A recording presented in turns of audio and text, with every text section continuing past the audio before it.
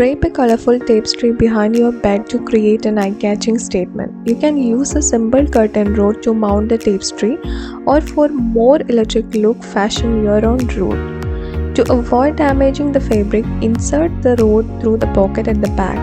If your tapestry lacks a pocket, use the curtain clip or self-adhesive hook and loop tape to secure the fabric. Circular cutouts keep this DIY wood headboard simple yet striking. Take a fabric-covered headboard to the next level with a pleated ruffle technique.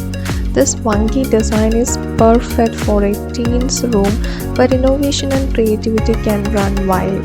Repurpose curtain rods and rope for a rustic DIY headboard.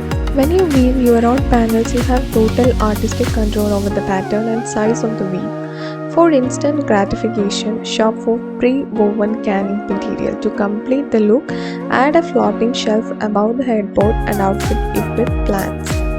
A pair of salvaged doors are the perfect alternative to an ordinary headboard, especially when paired with farmhouse-style decor. Look to carpet for more than just flooring purposes. You can also use it to fabricate a headboard. Inexpensive picture frames can be found at garage sales or thrift shops and made into a magnificent DIY headboard. Choose artwork in black and white for a cozy look before hanging the frame side by side.